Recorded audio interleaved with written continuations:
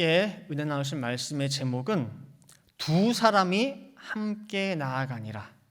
두 사람이 함께 나아가니라입니다. 자, 오늘 본문은 여러분들 잘 아시는 본문입니다. 아브라함이 이제 100세에 얻은 아들 이삭을 하나님의 명령에 순종하여 번제로 바치는 과정을 오늘 본문은 잘 말씀하고 있습니다. 그래서 본문 1절부터 살펴보게 되면은 하나님의 그 명령을 들었죠. 번제로 바치라는 말을. 그 순종할 것이냐 말 것이냐 이것을 아내 사라와 상의를 했어요, 안 했어요? 안 했죠. 안 하고 떠났어요. 왜? 내일 꺼내는 순간 어떻게 되니까? 가만 놔두겠어요.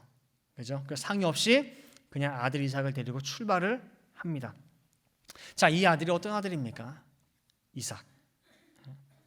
숱한 우여곡절 끝에 낳은 아들이에요. 84세에 횃불 언약을 맺었죠. 너한테 반드시 네 몸에서 날 자가 네 자손이야, 네 씨야. 믿을 것 같은데 또 결정적인 순간에 믿었어요, 못 믿었어요? 그래가지고 누구를 택했어요? 하갈 취했죠. 그러니까 결정적일 때 믿지 못해가지고 하나님이랑 뭔가 핀트가 안 맞아요. 하나님의 속을 긁어놔요. 또 한 번 와가지고 야, 이젠 더 구체적으로 얘기해요. 네 몸에서 날짜 또한 더불어 플러스 사라가 날짜야. 그게 네 자식이야 라고 했단 말이에요. 그럼에도 불구하고 믿었어요, 못 믿었어요? 하나님의 속을 까맣게 태우고 그 아브라함이 그 믿음의 성장 과정을 통해서 낳은 아들이 이삭이에요. 그래서 하나님의 약속으로 말미암은 언약의 자손입니다. 그래서 아브라함이 이삭을 몇 살에 낳았습니까? 몇 살에 낳았어요? 100세 맞아요? 진짜요? 이젠 진짜요만 그 말 들으면 덜컹하죠. 또 아닌가 싶어가지고 100세 맞는데요. 100세죠.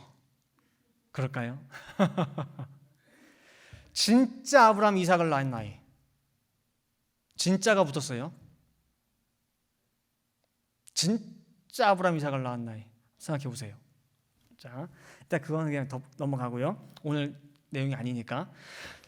자, 먼저 이 아들을 왜 하나님께서 바치라 했을까?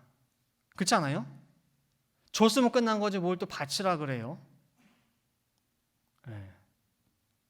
창세기 22장 오늘 본문에 보면은 왜 바치라 했을까? 왜냐?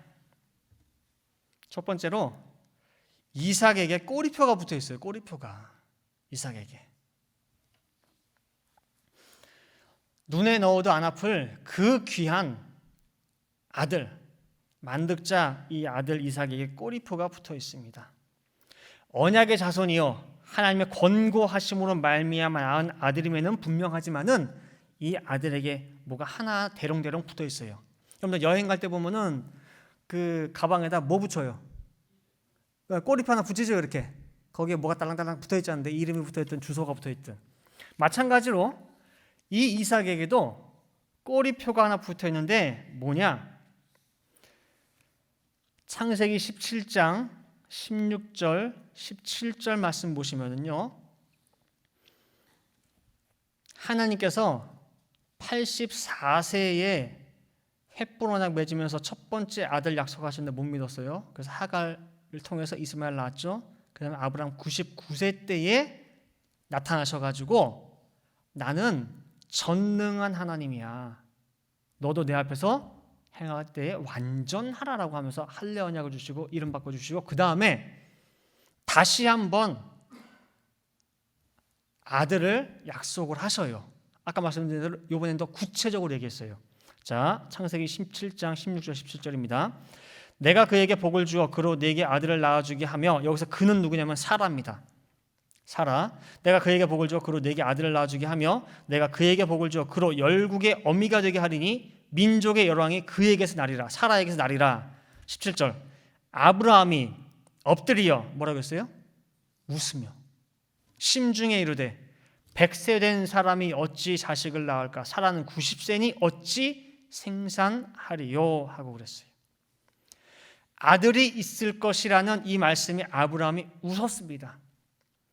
그리고 나서 이어지는 19절에 반드시 네가 아들을 낳을 텐데 네가 웃든 안 웃든 네가 믿든 안 믿든 아들을 낳을 거야. 대신 이름은 뭐라 지어라? 이삭이라 하라. 뜻이 뭐예요? 웃음이에요. 좋은 의미입니까? 지금 아브라함이 피식 웃었어요. 에이, 내가 무슨 이 나이에. 사라가 지금 90세인데 경수도 안 나오는데 무슨, 헤이구 망측해라. 웃었어요. 반드시 아들 낳아. 대신에 이름 뭘로 지어라? 이삭이야. 그러면 과연 그 부인 사라는 믿었을까? 아브라함 못 믿었지만 사라라도 믿었으면 어떻게 뭔가 달라지지 않았을까? 근데 창세기 18장 12절에 또 말씀하셨어요. 사라가 속으로 어떻게 했어요? 웃고 이르되 내가 노쇠하였고 내 주인도 늙었으니 내게 어찌 낙이 있으리요. 아브라함과 사라 두 사람 모두의 불신 가운데 태어난 아들이 이삭이에요. 아들 낳고 이름이 뭐예요? 물어봐요. 이삭이래요. 왜 하나님께서 지으신 이름이거든요. 그래요? 아이고, 뜻이 무슨 뜻이에요? 어떻게 해서 그렇게 짓게 됐어요? 라고 할 때 뭐라고 대답하시겠어요? 뭐라고 해야 돼요? 어이구, 웃음, 좋은 뜻이네. 어떻게 해서 그렇게 짓게 됐어요? 솔직히 얘기할까요? 제가 하는 말씀에요, 웃었어요. 못 믿었어요. 그래서 이렇게 지으라고 했어요. 그렇게 얘기할까요? 아니에요. 뭐라고 하는지 보세요. 창세기 21장 6절에 보시면은 주변 사람들이 물어봐. 그랬더니 대답하는 말이 사라가 가로되 하나님이 나로 웃게 하시니 듣는 자가 다 나와 함께 웃으리로다. 그 소리예요. 어떻게 했어요? 주변 얘기할 때에는 그 웃음의 뜻을 변질시켰죠. 이 나이에 이 노년에 이 할아버지와 이 할머니가 자식을 얻을 줄 어떻게 하느냐 그 소리예요. 이 할아버지 할머니 하여금 하나님께서 웃게 하셨다. 생활에 활력소를 주셨다. 너무너무 기쁘게 하셨다. 주변은 그렇게 떠들었어요. 소문내기는. 근데 실제로는 뭐예요? 당사자들은 알아. 당사자들은 본인들은 이 이름이 어떻게 나오는지를 압니다. 아브라함이 이사가 부를 때마다 아브라함에 뭐가 떠오르겠어요? 믿지 못한 자신의 불신이 분명히 떠오르게 됩니다. 따라서 이 아들은 아브라함과 사라가 믿음으로 받은 아들입니까? 아니에요. 하나님께서 강권적으로 권고하심으로 주신 아들이에요. 그렇기 때문에 이삭에게 붙어있는 불신이라고 하는 이 꼬리표가 떨어지기 전에는 하나님께서 아브라함에게 약속하신 모든 언약들이 실행이 될 수가 없어요. 이사야 55장 11절 말씀 볼 때에 하나님 입에서 나가는 말씀은 하나도 헛되이 돌아오지 않고 반드시 뜻을 이루며 성취된다고 말씀하고 있습니다. 하나님이 아브라함에게 약속하신 것들은 많아요. 아브라함 통해서 이룩하실 일, 이삭 통해서 이룩하실 일 다 있어. 스탠바이야. 스위치만 누르면 돼. 근데 누를 수가 없어요. 이 스위치가 눌러지지가 않습니다. 아브라함의 믿지 못한 그 불신의 그림자가 남아있어요. 많은 것도 아니고 조금. 마지막 순간에 그거 조금. 여러분들, 하나님께는요, 죄가 많으냐 적으냐 그걸 보시는 것이 아니에요. 하나님은 뭘 보시죠? 죄가 있느냐 없느냐예요. 죄는 많으나 적으나 어차피 똑같은 죄인이래요. 그래서 우리 흔히 그런 비유 아시죠? 모래알이나 큰 바위덩이나 물에 깔아앉기는 매한가지예요. 단지 차이가 있다면 어떤 차이가 있느냐? 바위덩이는 물에 빠질 때에 온 동네방네 물을 다 튕겨요. 평지 풍파를 일으켜요. 그 세간의 화재를 일으키고 사람의 비난을 듣는다는 거. 근데 모래알은 소리 소문 없이 물에 가라앉는다는 그 차이예요.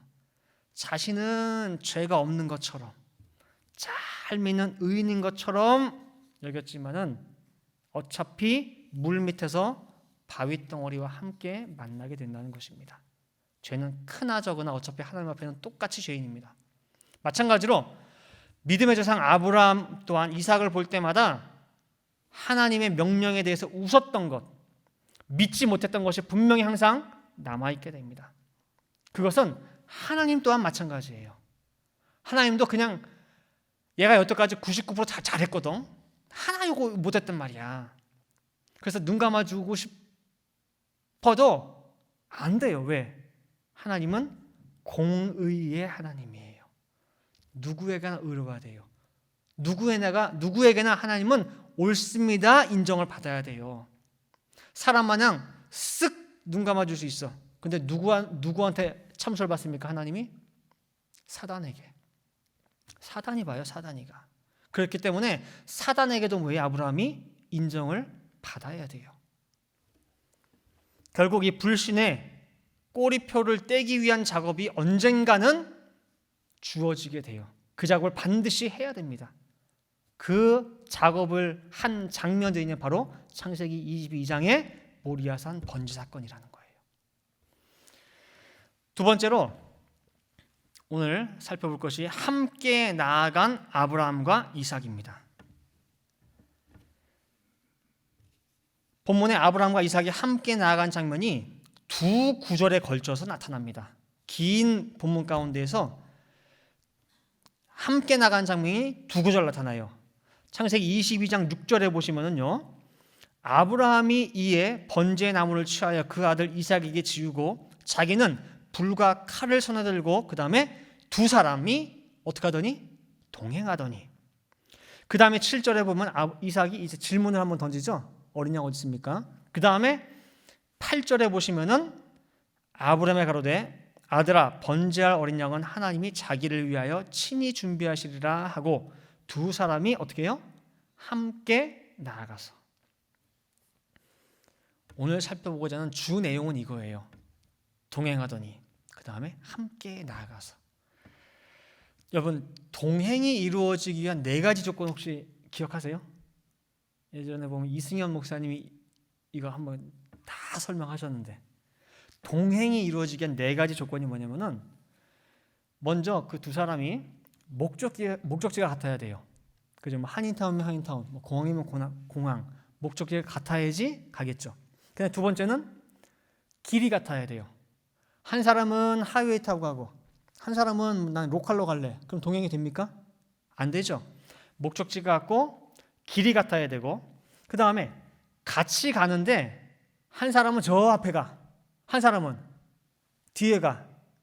그러면 동행이 안 되죠. 그렇기 때문에 스피드, 보조가 같이 맞춰야 돼. 속도가 같아야 돼. 누구는 빨리 가고 누구는 늦게 가는 게 아닙니다. 그 다음에 네 번째로 뭐가 같아야 되느냐? 마음이 같아야 돼요. 자, 목적지도 같아요. 길도 같아요. 보조 속도도 똑같이 가요. 근데 둘이 가면서 한마디도 안 하고 가. 그럼 그건 동행이에요? 동행 아니에요. 그냥 혼자 가는 게 나아요. 그죠? 그래서 아모스 3장 3절 말씀에 보면은 두 사람의 의합지 못하고 어찌 동행하겠느냐 그 소리예요. 두 사람이 의가 뜻이 똑같지 않고 생각도 똑같지 않고 마음이 똑같지 않아가지고 무슨 동행이 되겠냐 그 소리예요. 그죠? 그게 동행이에요. 이 중에 한 가지로 다르면 동행이 될 수가 없습니다. 근데 아브라함과 이삭은 6절에서도 동행이고 8절에서도 동행이 이루어지고 있습니다. 근데 우리가 특별히 눈여겨볼 것은 6절과 8절 사이에 이 동행이 깨질 뻔한 커다란 위기가 있었다는 거예요. 6절 동행, 8절 동행, 근데 7절에 두 사람의 지금까지의 동행이 뻐그러져 깨질 그런 위기가 있었다는 거예요. 뭐냐? 이삭이 아버지 아브라함에게 번제할 어린 양이 어디 있냐 물어보죠. 그죠? 이 말을 들은 아브라함의 마음은 가슴에 비수를 꽂는 것 같은 고통을 느낍니다. 속으로는 뭐라고 외쳐요? 어린 양? 없어. 뭐예요? 재물이 너야.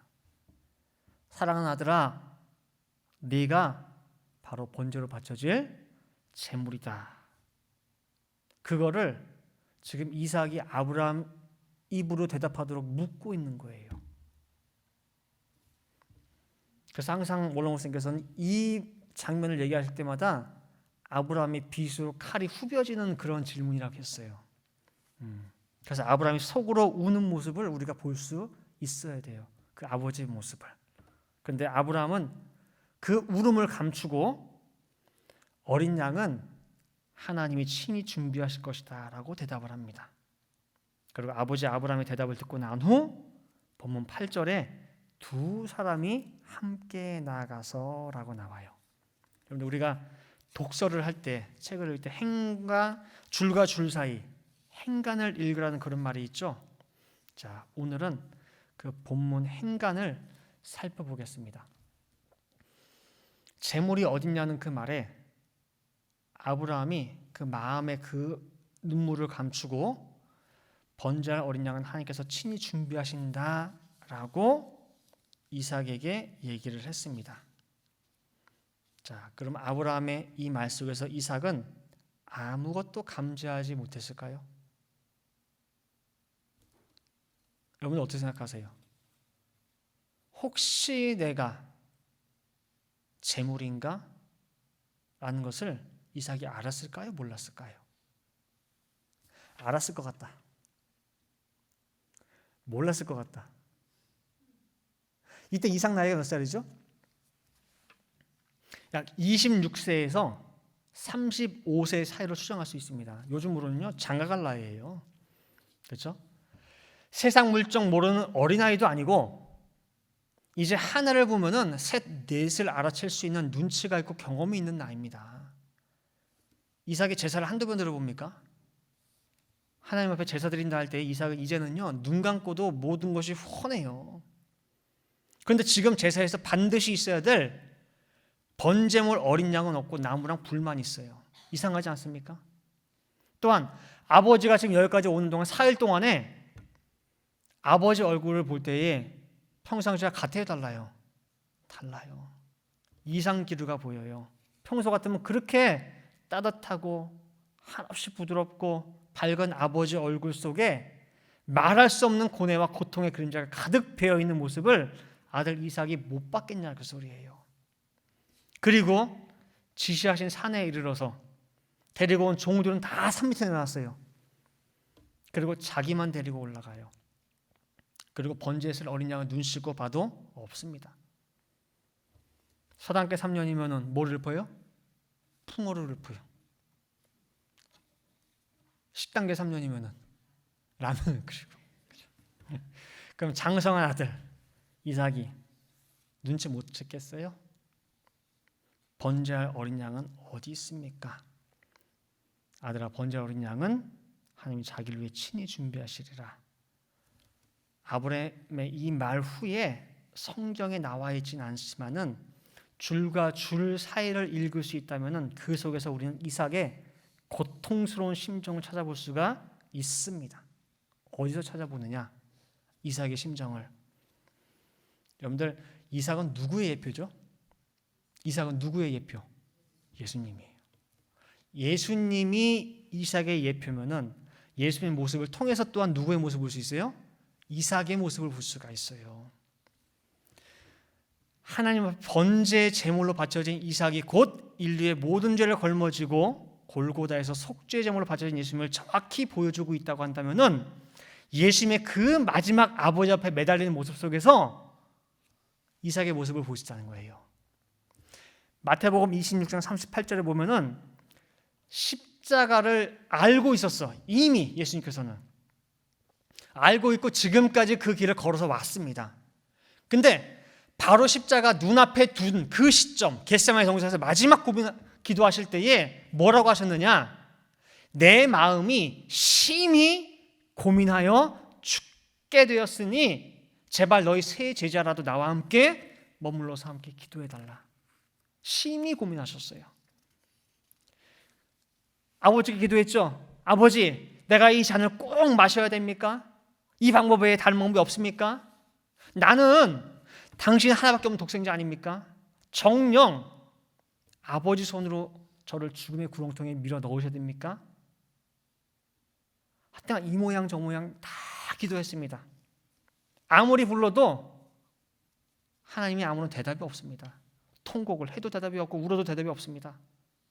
마지막에 내 원대로 마옵시고 아버지 원대로 되길 원하나이다.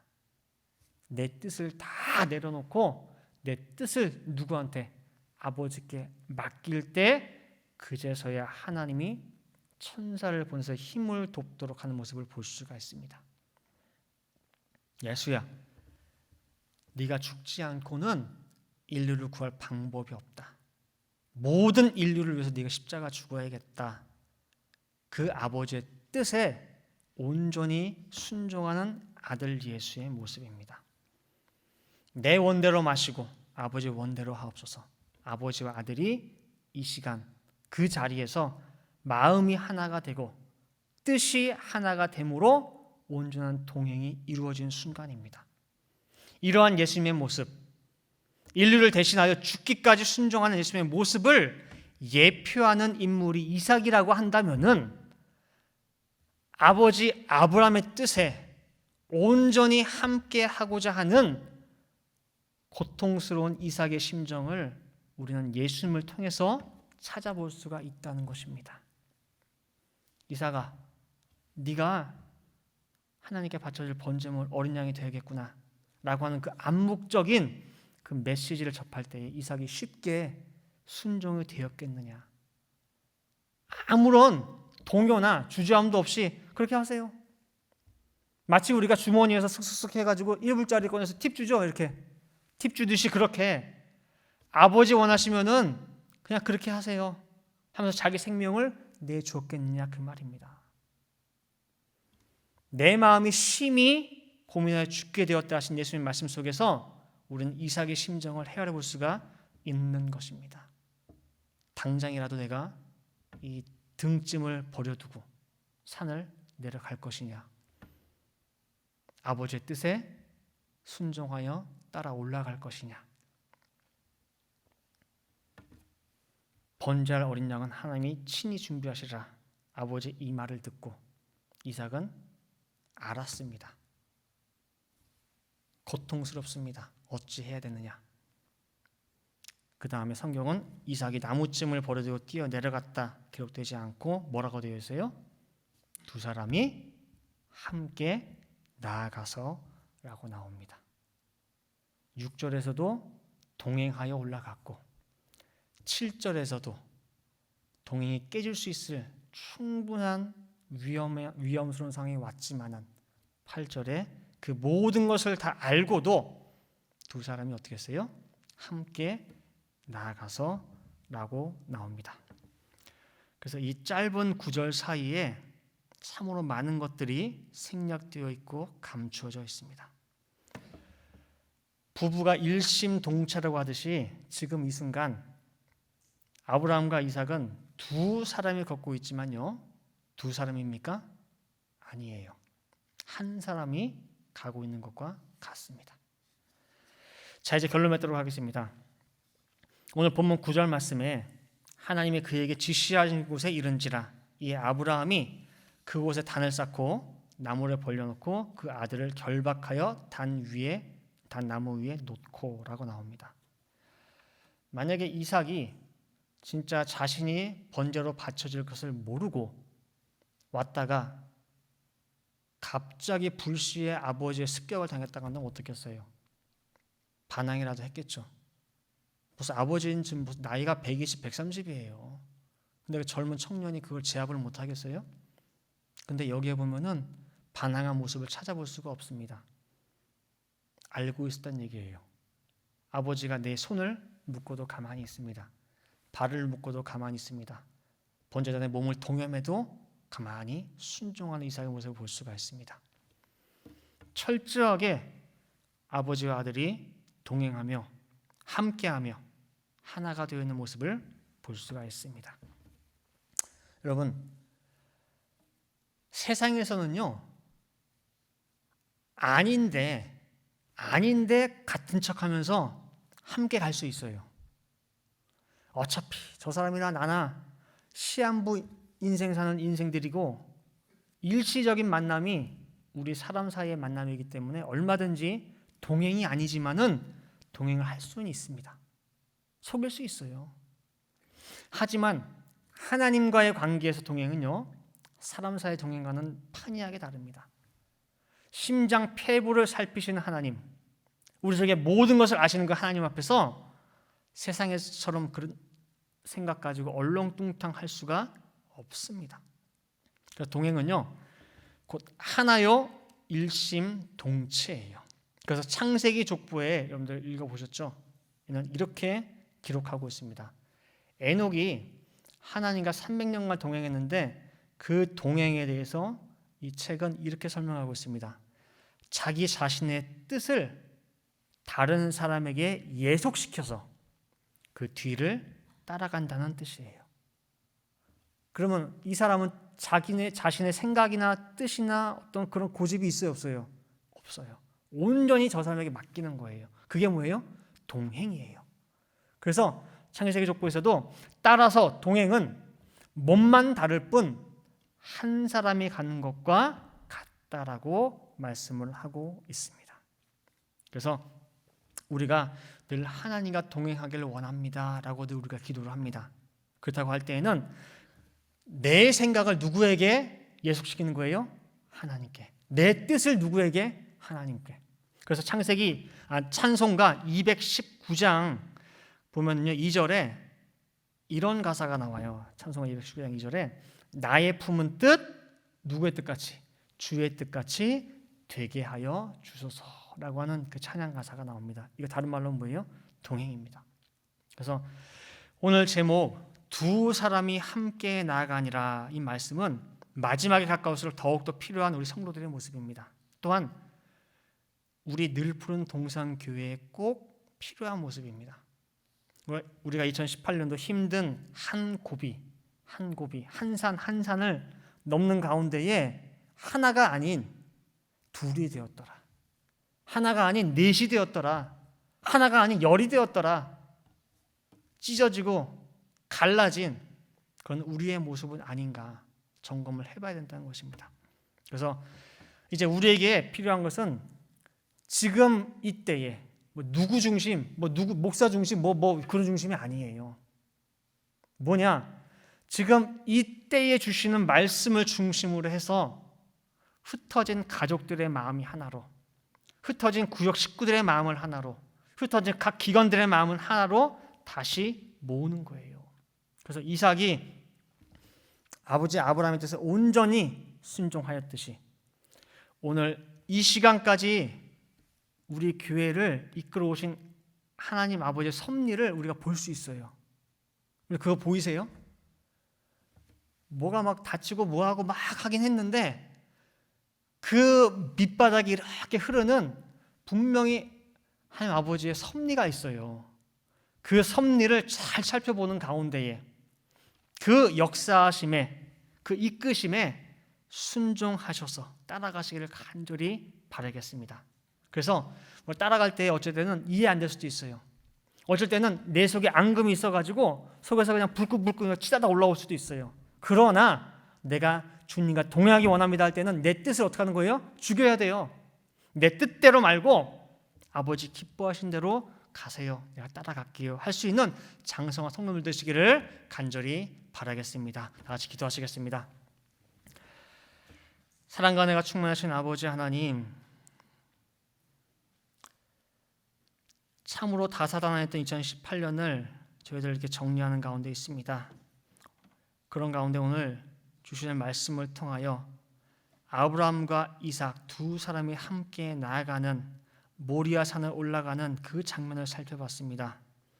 두 사람이 동행하여 올라가다가 그 동행이 깨질 수 있는 심각한 그런 위기의 상황을 맞이하였지만은 그 아버지의 뜻에 온전히 자신의 목숨을 내놓고 고통스럽지만 누군가에게 살려달라고 부르짖고 싶지만은 그래도 온전히 아버지의 뜻에 자신의 뜻을 맡겨서 따라가는, 그래서 끝까지 두 사람이 함께 하니라라고는 결론을 맺는 모습을 살펴보았습니다. 그 모습이 바로 예수님의 모습이고 또한 그 모습이 이 자리에 모인 우리 모든 성도님 한 사람 한 사람의 모습이 되기를 간절히 바라고 원합니다.